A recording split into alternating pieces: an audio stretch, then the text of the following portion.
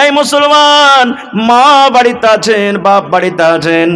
এবার আমার পরে আমার মা নারাজ হয়ে গেছেন, আপনার পরে আপনার মা নারাজ হয়েছে। আপনি মুনসাই বাজারে চলে গেলেন, এক পাম রসগোল্লা বাড়িতে আনলেন, মার কাছে বসে গেলেন, মা গে এই রসগোল্লা তোর জন্য এনেছে গে মা, তুই খেলে।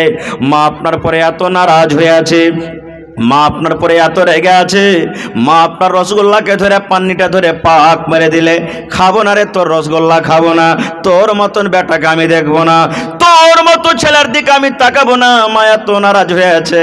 এরে আমার মুসলমান, এবার আপনি সেদিনে কিন্তু বাদ দিয়ে দিলেন, পরের দিন আবার বাজার চলে গেলেন, মা গে এক খেলে মিষ্টি করে পান এনেছে গে মা, পানটা তুই খেলে। মা কিন্তু নারাজ হয়ে আছে, সেদিনও কিন্তু আপনার হাতের মা খেলো না।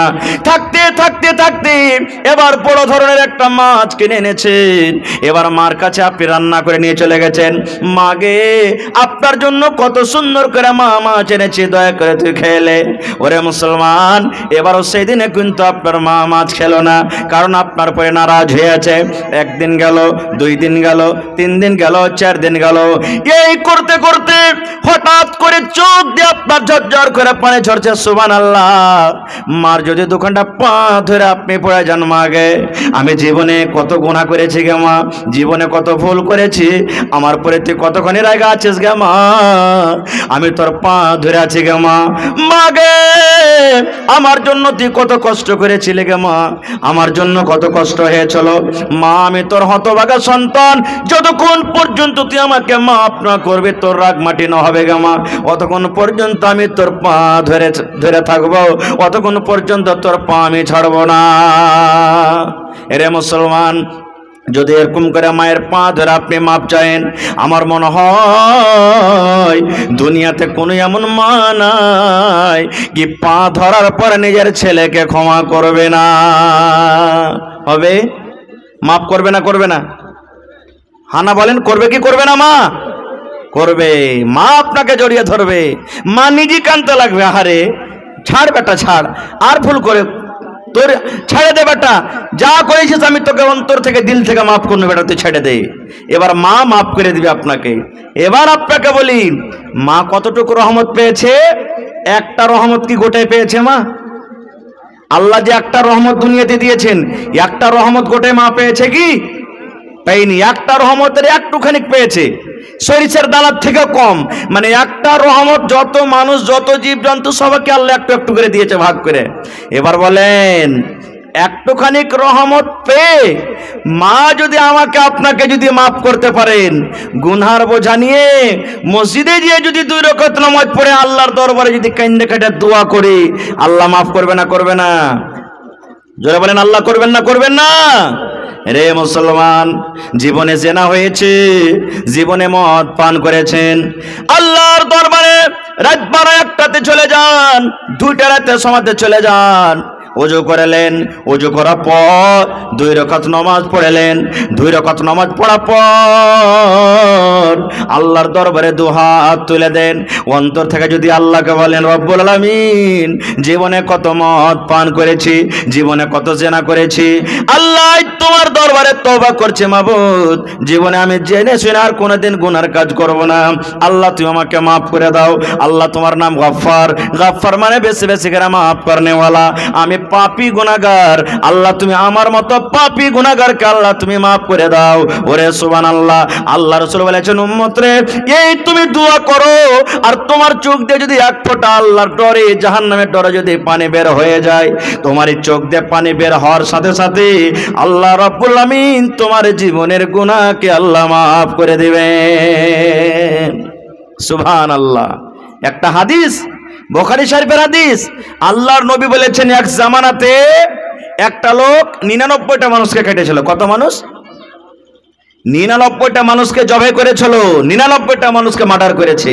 বুখারী শরীফের হাদিস, 99টা মানুষকে। এবার কি যে ওর মনে হইল, আল্লাহ রাব্বুল আলামিন তাকে হেদায়েত দান করবেন। দেখেন একদিন তখন বলছেন রাইতে শুতে শুতে, আল্লাহ আমি 99টা মানুষকে কেটে ফেলেছি আল্লাহ, ওর মধ্যে কত নমাজি আছে, কত বেনমাজি আছে, কত ভালো লোক আছে, কত রকম লোক আছে আল্লাহ, আমি তো খুব বড় পাপ করেছি, গুনাহ করেছি আল্লাহ জি, আমি তওবা করব তোমার কাছে। কার কাছে যাব, কার কাছে যাব, কার কাছে যাব? এবার চলে গেলেন একটা মৌলভী সাহেবের কাছে। মৌলভী সাহেবের কাছে যা বলছেন যে হাজি ভাই, আমি 99টা লোককে কেটেছি, আল্লাহর কাছে যদি আমি তওবা করি তা আল্লাহ আমার গুনাহকে মাফ করবে না? লোকটার কতখানি জানা ছিল না ছিল বলছেন না, এতটি লোককে তুমি মার্ডার করেছো, তোমার মতন মার্ডারকারী লোককে আল্লাহ মাফ করবে না, এত পাপ করেছো আল্লাহ তোমাকে মাফ করবে না। সুবহানাল্লাহ। যেমন কথাটা বলা, তালওয়ার তো তার হাতে ছিল, এক চোখ দিয়ে বলছে যা, এমনও মাফ করবে না, তেমনও করবে না, 100টা পরিয়ে দিত কে দিয়ে, 100টা পড়ে গেল। এবার ফের মনে করছেন না, এর থেকে বড় মৌলভী সাহেব যার কাছে যাবো ওর কাছে যাবো। এবার যেতে যেতে যেতে যেতে যেতে চলেন আমরা মৌলানার কাছে চলে গেলেন। যাওয়া পর তখন বলছেন যে হাজি ভাই, আমি 100টা লোককে মার্ডার করেছি, আল্লাহ কি আমার গুনাহ মাফ করবে না? এবার মৌলানা বলছেন, হ্যাঁ রে আল্লাহর বান্দা, আল্লাহ তোমার গুনাহ মাফ করে দিবে। 100টা লোককে তুমি মার্ডার করেছো, গুনাহ করেছো, আল্লাহ তোমার গুনাহ মাফ করে দিবেন, কিন্তু হ্যাঁ তোমার সাথে একটা শর্ত আছে, একটা কাজ তোমাকে আছে, জেনে শুনে কোনোদিন তোমাকে আর মার্ডার করতে হবে না। আল্লাহর দরবারে তোমাকে তওবা করতে হবে, আল্লাহর দরবারে তোমাকে কাঁদতে হবে। কেমন করে তুমি কাঁদবে? এবারে তুমি একটা কাজ করো, পূর্ণিয়ার বাজারে, লাইন বাজারে ধরেন একটা খুব নেককার মানুষ আছে, খুব একটা ভালো বাড়ি আছে, খুব একটা পরেজগার মানুষ আছে, তুমি ওই লোকটার কাছে চলে যাও, তার সাথে তুমি থাকবে, তার সাথে নামাজ পড়বে, ওদের কাছে থাকবে, আল্লাহর কাছে কাইন্দা কাইন্দা দোয়া করবে, আল্লাহ রাব্বুল আমিন তোমার গুনাহকে মাফ করে আল্লাহ জান্নাতি করে দিবেন। এটা গ্রামের নাম কি? মিরকাহি, মিরকাহা। এবার ধরেন উদাহরণ দিচ্ছি, মিরকাহার একটা লোক 100টা মার্ডার করে এবার যাবে কোথায়? লাইন বাজার নাকি? এবার হাঁটতে লাগলো, হাঁটতে হাঁটতে হাঁটতে হাঁটতে এবারে ধরেন রানীপাত্রা পৌঁছে গেল। রানীপাত্রা বুঝেন তো, জানেন জায়গাটা জানেন? রানীপাত্রা চলে গেল, মিরকাহা থেকে রানীপাত্রা পর্যন্ত পৌঁছে গেছে, লাইন বাজার কিন্তু এখনো পৌঁছেনি। এবার দেখেন মজার ঘটনা, কেসা কাহিনী নয়, বুখারী শরীফের হাদিস কিন্তু এটা, মাওলানারা বসে আছেন জিজ্ঞাসা করবেন। এবার আল্লাহ তাবারাক ওয়া তাআলা যে ফেরেশতাকে জান কবজ করে আল্লাহ আদেশ করেছেন। কোন ফেরেশতা জান কবজ করে ভাই? জান কবজ করার দায়িত্ব কাকে দিয়েছেন আল্লাহ? আজরাইল মালাকুল মউতকে। আল্লাহ রাব্বুল আলামিন আজরাইল ফেরেশতাকে ডাক দিয়ে বলছেন, ও আমার ফেরেশতা মালাকুল মউত, মিরকাহা থেকে ওই আল্লাহ বলছেন আমার বান্দা লাইন বাজার যাবে, তওবা ইস্তিগফার করে ওখানে নামাজ পড়বে, তাসবিহ তাহলিল করবে, জিকির আজকার করবে, নিজের জীবনের গুনাহকে মাফ করার জন্য যায়।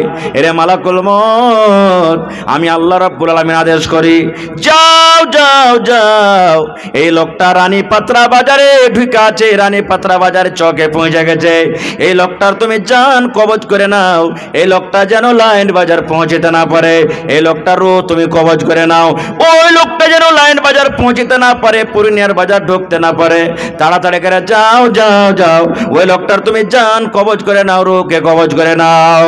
এবার মালাকুল মউত এলেন আল্লাহ রাব্বুল আলামিনের আদেশে, এবার রাস্তাতে কিন্তু ওই লোকটার মরণ হয়ে গেল, রাস্তাতে লোকটার জান কবজ হয়ে গেল, ওই লোকটা পূর্ণিয়ার মার্কেট, পূর্ণিয়ার বাজার কিন্তু পৌঁছতে পারলো না, রাস্তাতে মত। এবার দুই রকম ফেরেশতা হাজির, জান্নাতের ফেরেশতা হাজির হয়ে গেলেন, জাহান্নামের ফেরেশতা হাজির হয়ে গেলেন। জাহান্নামের ফেরেশতা টানছে, এই লোকটাকে জাহান্নামের ভিতরে নিয়ে যাব, জাহান্নামের আগুনে নিয়ে যাব, লোকটাকে শাস্তি দেব। এবার জান্নাতের ফেরেশতা এসে বলছেন না, একে জাহান্নামের ভিতরে যেতে দেব না, এই লোকটাকে জাহান্নামের আগুন আমি পড়তে দেব না, আমি এই লোকটাকে জান্নাতের ভিতরে নিয়ে যাব। ওরে সুবহানাল্লাহ, জান্নাত ফেরেশতা জাহান্নামের ফেরেশতা ঝগড়া লেগে গেল, দুই রকম ফেরেশতাতে মাতামাতি চালু হয়ে গেল, সুবহানাল্লাহ, হাল্লা গোল্লা চালু হয়ে গেল। জাহান্নামের ফেরেশতা বলছেন জান্নাতের ফেরেশতা রে, এই লোকটাকে আমি জান্নাতের ভিতরে যেতে দেব না, এই লোকটাকে জাহান্নামের ভিতরে নিয়ে যাব। জান্নাতের ফেরেশতা বলছেন না, এই লোকটাকে আমি জান্নাতের ভিতরে নিয়ে যাব, আমি জাহান্নামের ভিতরে যেতে দেব না। এবার তখন জান্নাতের ফেরেশতা বলছেন, ও জাহান্নামের ফেরেশতা, কি কারণে লোকটাকে তুমি জাহান্নামে নিয়ে যাবে? কেন তুমি জান্নাত যেতে তুমি রাস্তা রুখে দাও, কারণটাকে তুমি বলে দাও। জাহান্নামের ফেরেশতা বললেন, আই জান্নাতের ফেরেশতা, তুমি জানো রে এই লোকটা জীবনে নামাজ কি জিনিস, রোজা কি জিনিস জানে না, জীবনে নেকি কি জিনিস জানে না, তাসবিহ তাহলিল কি জিনিস জানে না। ওপর থেকে লোকটা এক নয়, দুই নয়, তিন নয়, 100টা লোককে লোকটা মার্ডার করেছে, 100টা লোকের কাতিল, 100টা লোককে হত্যা করেছে, এত বড় পাপ করেছে, গুনাহ করেছে, যার কারণে লোকটাকে আমি জাহান্নামের ভিতরে নিয়ে যাব। এবার জান্নাতের ফেরেশতা বলছেন, না, আমি তাও তাকে জাহান্নামে যেতে দেব না। এবার জাহান্নামের ফেরেশতা বলছেন, ও জান্নাতের ফেরেশতা, এত বড় পাপ করা সত্ত্বেও তুমি জাহান্নামের ভিতরে যেতে দিবে না, কারণটা কি একটু খুলে বলো তো।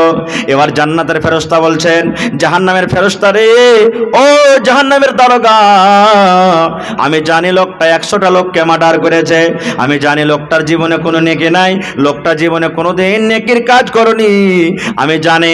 কিন্তু জাহান্নামের ফেরেশতা শুনে নাও, মরার আগে, মরার পূর্বে লোকটা এমন করে তওবা করেছে, এমন করে তওবা করেছে, আল্লাহ রাব্বুল আলামিন তার তওবাকে কবুল করে নিয়েছেন।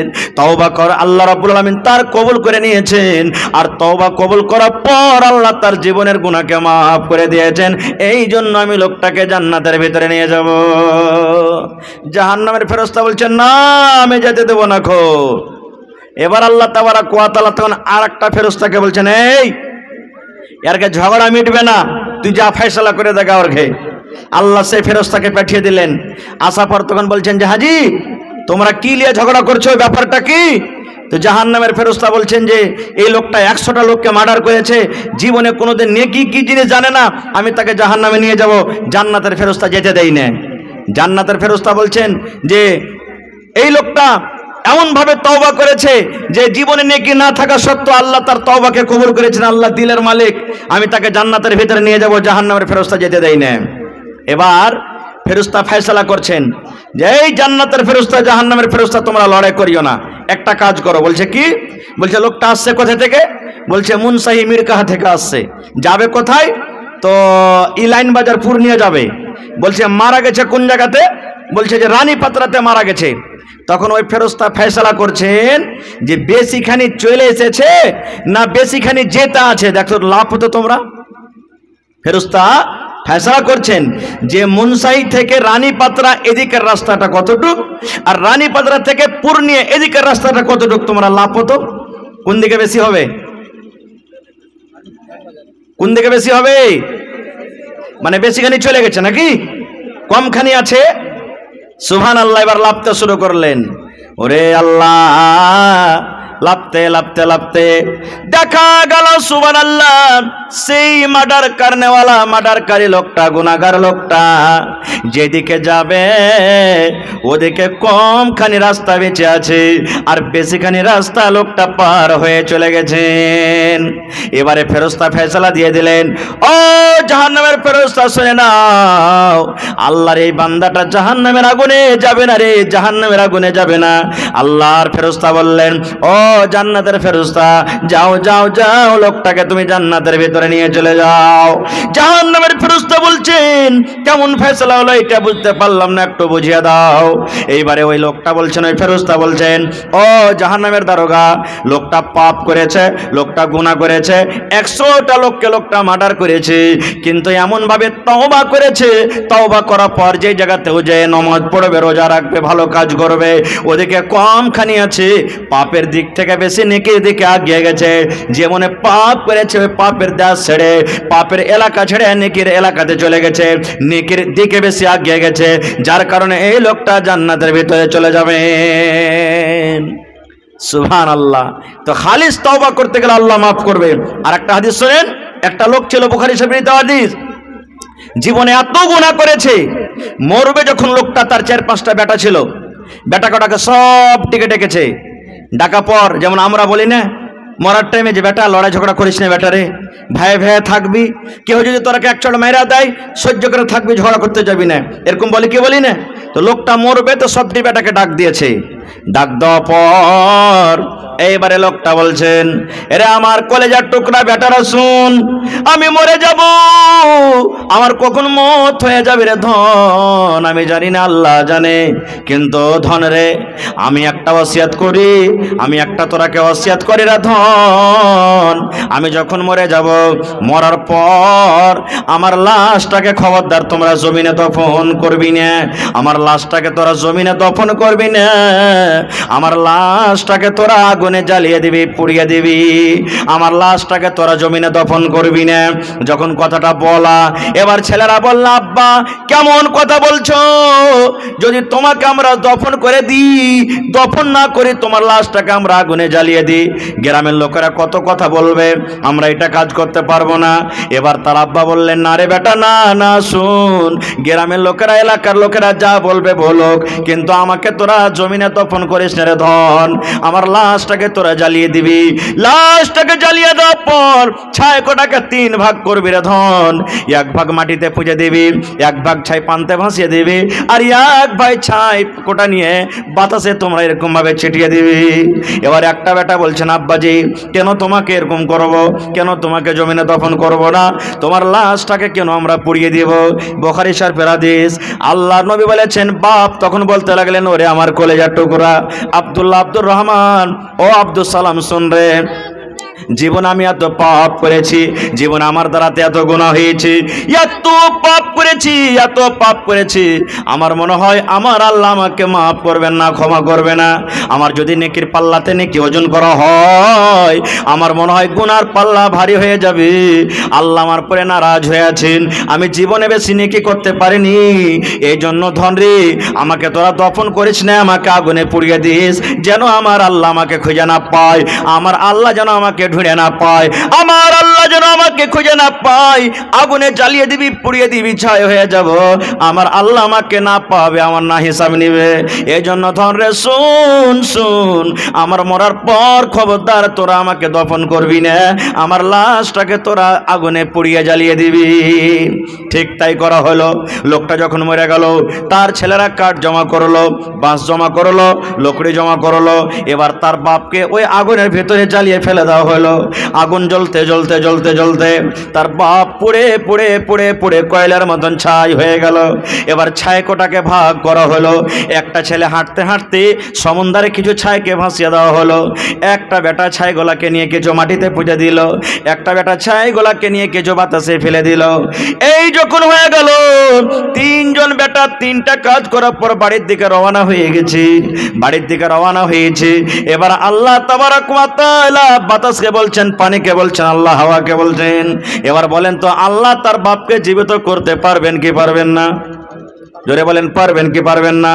আল্লাহ কোরআনে বলছেন, ইন্নাল্লাহা আলা কুল্লি শাইইন কাদির, আল্লাহ রাব্বুল আলামিন প্রত্যেক জিনিসে কুদরত রাখনে ওয়ালা, আল্লাহ যা করবেন তাই হবে। এবার তার ছেলেরা বাড়ির দিকে রওনা হয়েছে। এবার তার ছেলেরা বাড়ি পর্যন্ত আসতে পারেনি। আল্লাহ রাব্বুল আলামিন বাতাসকে বলছে, বাতাস রে, তোর কাজ হলো একটা জিনিসকে অন্য জিনিস জায়গাতে নিয়ে চলে যাওয়া। বাতাস, আমি আল্লাহ আদেশ করি, ওই ছাইগুলাকে তুই আমার সামনে হাজির কর। আল্লাহ মাটিকে বলছে, মাটি রে, তোর কাজ হলো পচিয়ে দেওয়া, সরিয়ে দেওয়া রে মাটি, ওই লোকটার ছাই কোটাকে আমার সামনে করে দে। আল্লাহ পানিকে বলছে, পানি রে, তোর কাজ হলো বহিয়ে দেওয়া, তোর ছাই ভিতরে যেই ছাই কোটাকে ডালা হয়েছে ওই ছায়াকোটা আমার সামনে হাজির করে দেয়। এবারে মাটি, পানি, হাওয়া সমস্ত জিনিস যখন ছাই এক জায়গাতে জড়ো করে দিলেন, এবার আল্লাহ তাবারক ওয়া তাআলা ওই ছাইকে বলছেন, কোন কোন কোন, মানে হয়ে যাও, মানুষ হয়ে যাও, কোন তুমি হয়ে যাও। যেমনই কোন কথা বললেন, কোন মানুষ হয়ে গেল। এবার যখন মানুষ দাঁড় হয়ে গেল আল্লাহর সামনে, আল্লাহ রাব্বুল আলামিন লোকটাকে বলছেন, বান্দারে, কেন তুই এরকম কাজ করেছিস রে বান্দা, বল বল, এই কাজটা তুই কেন করেছিস? তোর ছেলেরাকে দফন করতে না বলে তুই কেন তাকে জ্বালাতে বলেছিলি রে, বল। এবার সে লোকটা কানবার বলবে, রব্বুল আলামিন, তোমার ডরে করেছি আল্লাহ, তোমার ভয়ে করেছি, আমার দ্বারাতে এত পাপ হয়েছিল, এত গুনাহ হয়েছিল আল্লাহ, তোমার সামনে হিসাব দিতে পারবো না বলে আল্লাহ এরকম কাজ করেছি। এইবার আল্লাহ রাব্বুল আলামিন বলবেন, বান্দারে, মরারটা যাবে যখন তুমি তওবা করেছো, করেছো, এত গুনাহ পাপ করার পর যখন তুমি অন্তর থেকে তওবা করেছো রে বান্দা, আমি আল্লাহ রাব্বুল আমিন যাও যাও যাও তোমার জীবনের গুনাহকে মাফ করে আমি তোমাকে জান্নাতে ঘোষণা করে দিলাম। নারে তাকবীর। এক মিনিট, আর একটা হাদিস আপনাদের সামনে বলে দিই। আল্লাহ রাসূল বলেছেন, ইমরাতুন ফাহিশা, বেশ্যা নারী জেনা ব্যভিচার করে বেড়াইতো। ভালো করে শুনে হাদিসটা। একটা বেটি ছেলে জেনা করতো, রাস্তাতে হেঁটে চলিচ্ছে গরমের টাইম। এবার আগা জামানাতে কল ছিল না, ইন্দারাতে মানুষ পানি তুলতো।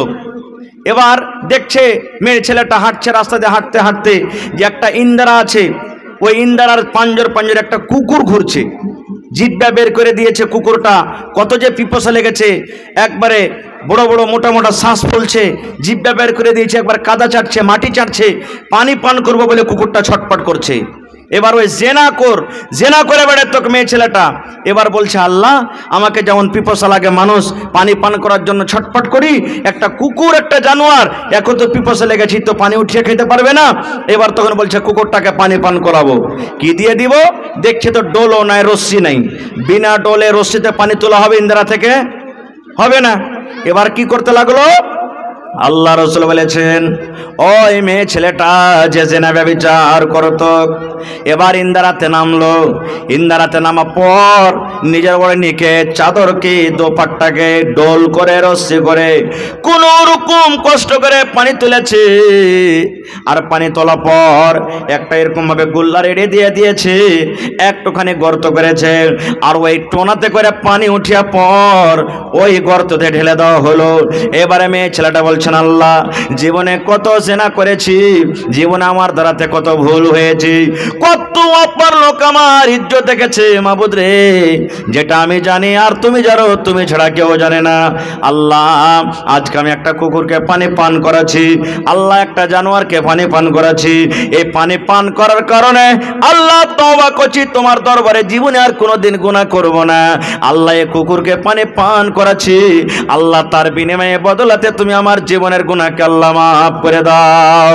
ওরে সুবহানাল্লাহ। আল্লাহ নবী বলেছেন, এবার ওই কুকুর জিভ বেঁধে চেটে চেটে পানি পান করতে লাগলো। পানি পান করতে করতে করতে ওই যখন তার হাঁপি বন্ধ হয়ে গেল, ওই কুকুরের পিপাসা যখন মিটে গেল, আল্লাহ রাব্বুল আমিন ডাক দিয়ে বলছেন, ও আল্লাহ, ডাক দিয়ে বলছেন, ওরে সুবহানাল্লাহ, মহিলা রে, আমি আল্লাহ রাব্বুল আমিন তোমার এই আমলটা করার কারণে, তোমার এই আমলটাতে এত খুশি হইলাম, এত খুশি হইলাম।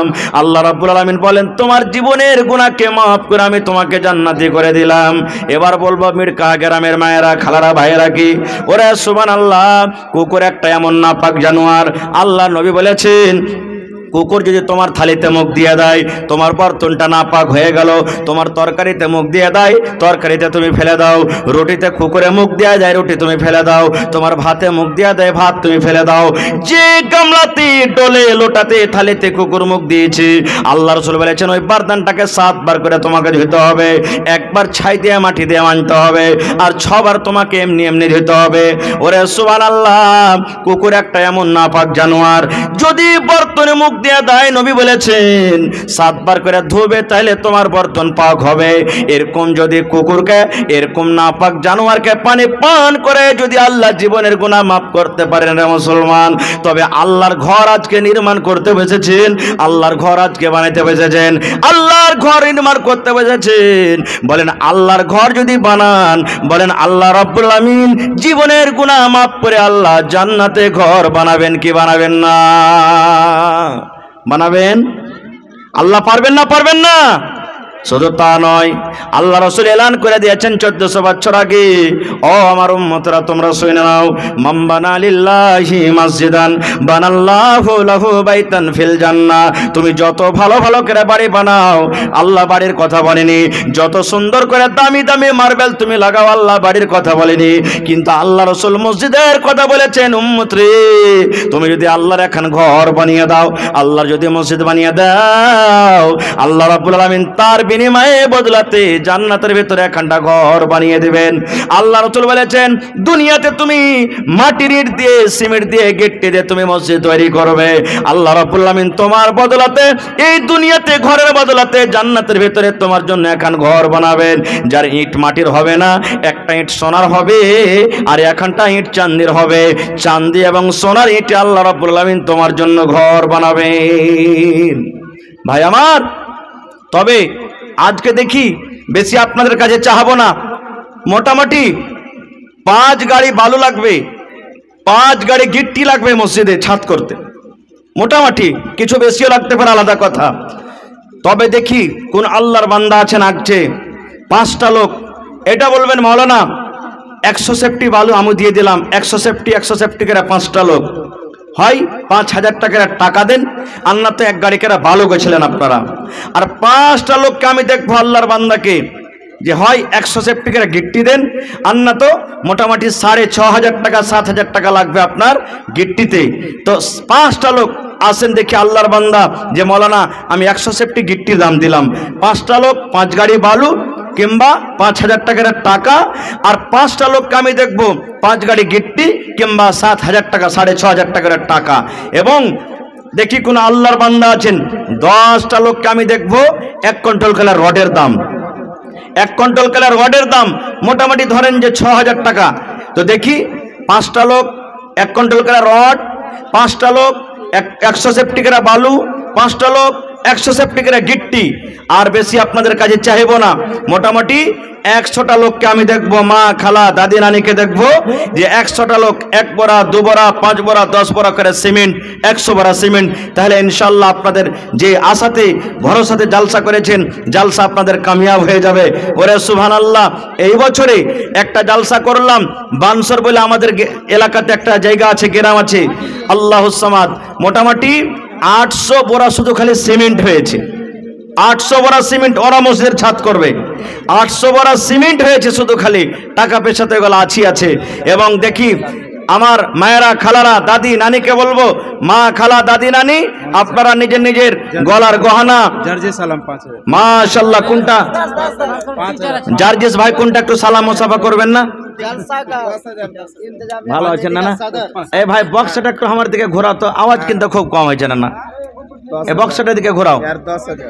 সুবহানাল্লাহ, এক আছে জার্জিস চতুর্বেদী, সবাই জানছেন নাকি? যেমন জার্জিস চতুর্বেদী ফেমাস আছে, এরকম হারনানো আলহামদুলিল্লাহ ফেমাস আছে নাকি? তো জি হ্যাঁ, মাশাআল্লাহ, আল্লাহর রহমতে জার্জি নাদবি সাহেব যারা হয়েছেন তারা ব্যাকরণে খুব পাকা আছে আল্লাহর রহমতে, হ্যাঁ আলহামদুলিল্লাহ। তো আমার নানা যান মৌলানা জার্জিস সাহেব কতটি 10,000? আচ্ছা করেন না, জি জি জি, আচ্ছা সবারই যখন আপনার আছে দেন, আল্লাহ আপনার বরকত দেবেন ইনশাআল্লাহ। নারে তাকবীর, হাজি ভাই একটু নারা দেন জোরে করে, নারে তাকবীর। আমার নানা মৌলানা জার্জিস আলম সাহেব 10,000 টাকা, মাশাআল্লাহ। যারকে পকেটে টাকা না আছে ফোন পের ব্যবস্থা হবে নাকি? হ্যাঁ, এখানে আপনারা ফোন পে করতে পারেন, মাশাআল্লাহ, জাযাকাল্লাহ। সানজা থেকে লোকের ব্যবস্থা করে মোহাম্মদ ফারুক। জি, মোহাম্মদ ফারুক কোথা থেকে? हेलो, সানঝাই দিকে আছে, চলে গেছে নাকি ভাই? मौलाना हजरत अली साहब बुलबुल बंगाल वो तशरीफ फरमा चुके हैं और वो क़ियाम गाह में आराम फरमा रहे हैं। जो लोग फोन पे तलाश कर रहे हैं कि मौलाना आए हैं या नहीं है, वो लोग जान लें कि मौलाना हजरत अली बुलबुल बंगाल साहब वो तशरीफ फरमा चुके हैं, आराम फरमा रहे हैं। তো ভাই আমার, আমাকে বাস 10 থেকে 15 মিনিটের দানটা দিয়ে শেষ করে দেন, মৌলানা চলে আসবেন। তো আমার নানা যান মৌলানা জার্জিস আলম সাহেব 10,000 টাকা দান করলেন, মাশাআল্লাহ। দেখি 2 নম্বরে কোন আল্লাহর বান্দা আছেন, দেখি কোন আল্লাহর বান্দা আছেন 2 নম্বরে। জি কি নাম? সাদিক, মাশাআল্লাহ। একটা আমাদের এলাকাতে বঙ্কাতে তো সাদিক আলম তাইমি আছে, জি ওইটাই, হ্যাঁ ওয়ারি বন্ধু। তো আমার ভাই মৌলানা সাদিক আলম সাহেব তাইমি, তো হারানা কি দিবেন? 10,000 সেম ইনশাআল্লাহ। হ্যাঁ, उस्ताद जामिया इस्लामिया रियाजुल उलूम शंकरपुर सुपोल सुपोल, नायब सदर, माशाल्लाह। तो আমার নানা যান একবারে আল্লাহর রহমতে খুব বড় মাদ্রাসাতে আছে, বড় মাদ্রাসাতে আছে আল্লাহর রহমতে। তো 10,000 টাকা নাকি কয়েন ভাই? 5,000 লাই 10,000 করে দেন একবারে। হ্যাঁ, দু ভাই একসাথে থাকবেন ইনশাআল্লাহ, দিয়ে দিবেন ইনশাআল্লাহ নাকি? হ্যাঁ, একবার জোরে বলেন নারে তাকবীর। আমার নানা মৌলানা সাদিক আলম সাহেব তাইমি 10,000 টাকা, আর আমার জার্জিস আলম সাহেব নানা যান 10,000 টাকা, দু হয়ে গেল। নাইমা খাতুন ডিলারের স্ত্রী জি। দিয়েছে 10,000। মাশাআল্লাহ। এই দেখেন আমার নানি যান নাইমা খাতুন, যে বার তাহার কে জাগের আছে আজ নাকি? সুবহানাল্লাহ, মানে আমার কে জাগের নি হলো আজ। হ্যাঁ, এই দেখেন আমার কে আজকে মৌলানার কে জাগের নি আমার সুবহানাল্লাহ নানি যান নাইমা খাতুন আজকে মসজিদে 10,000 টাকা দিয়েছেন। নারে তাকবীর, মাশাআল্লাহ। তাহলে 5 কলমে 3 কলম হয়ে গেল ভাই। দুটা কলম দেখে আর কেউ আছেন 10,000 টাকা? আর কিছুদিন আগে জি। মানে রাফিক মাস্টার আর আব্বার নামে দিয়েছিল 3,000 টাকা, তো দুয়া করে দিয়ে তো আমাকে দিয়েছে। এই রাফিক ভাই যে দিয়া গেল এখন হ্যাঁ। 2,000 টাকা দিলেন, আর মৃত্যু বাপের জন্য কিছুদিন আগে 3,000 দিয়েছিল, তো 5,000 হয়ে গেল নাকি? আর হার ভাই যদি 5,000 দিত তো 4 নম্বর কলম হইতো কিন্তু। হ্যাঁ, তো ভাই দেখি 4 নম্বর কলম কোন আল্লাহর বান্দি নাই, কোন আল্লাহর বান্দা নাই, 10,000 টাকা দান করবেন। আর 4 নম্বরে দেখি আমার মা খালারকে পেন্ডালে পাঠান কাউকে। আমার নানা যান মাস্টার আসলাম সাহেব কোথায় আছেন, একটু দেখা করবেন না? আমি তো চিনি না।